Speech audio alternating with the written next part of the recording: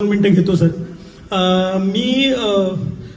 आम्ही ना अशा एका क्षेत्रामध्ये काम करतो ना जिथे आम्ही प्रत्येक प्रोजेक्ट नंतर साधारणपणे अनएम्प्लॉयड होतो.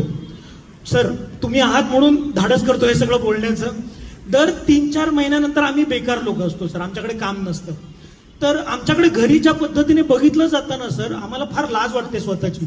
काम का ना काज का, ते काय म्हणतात ना अनाज का दुश्मन अनाज का वगैरे अशा पद्धतीने बघितलं जातं. पण ह्या सगळ्यामध्ये जर सुखाची गोष्ट काय असेल ना तर आमचे मित्र.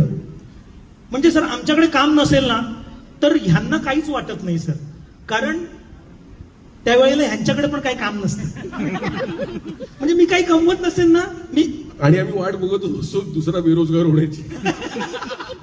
आणि सर म्हणजे आम्ही काही कमवत नसलो ना तर ह्यांच्या नजरेत काहीच प्रॉब्लेम होत नाही सर, कारण हे पण गरीब काही कमवत नसतात त्यावेळेला.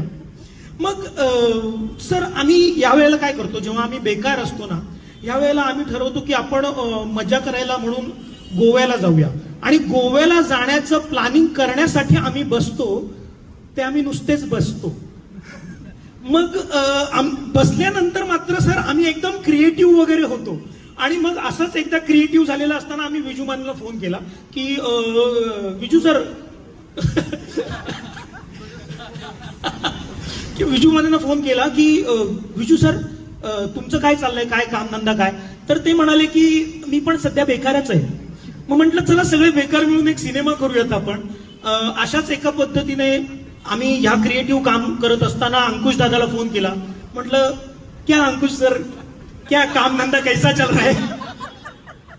तर अंकुश दादा काय म्हणाले मी काय सांगू, आज ते तुमच्या समोर आणि आमच्या सोबत उभे.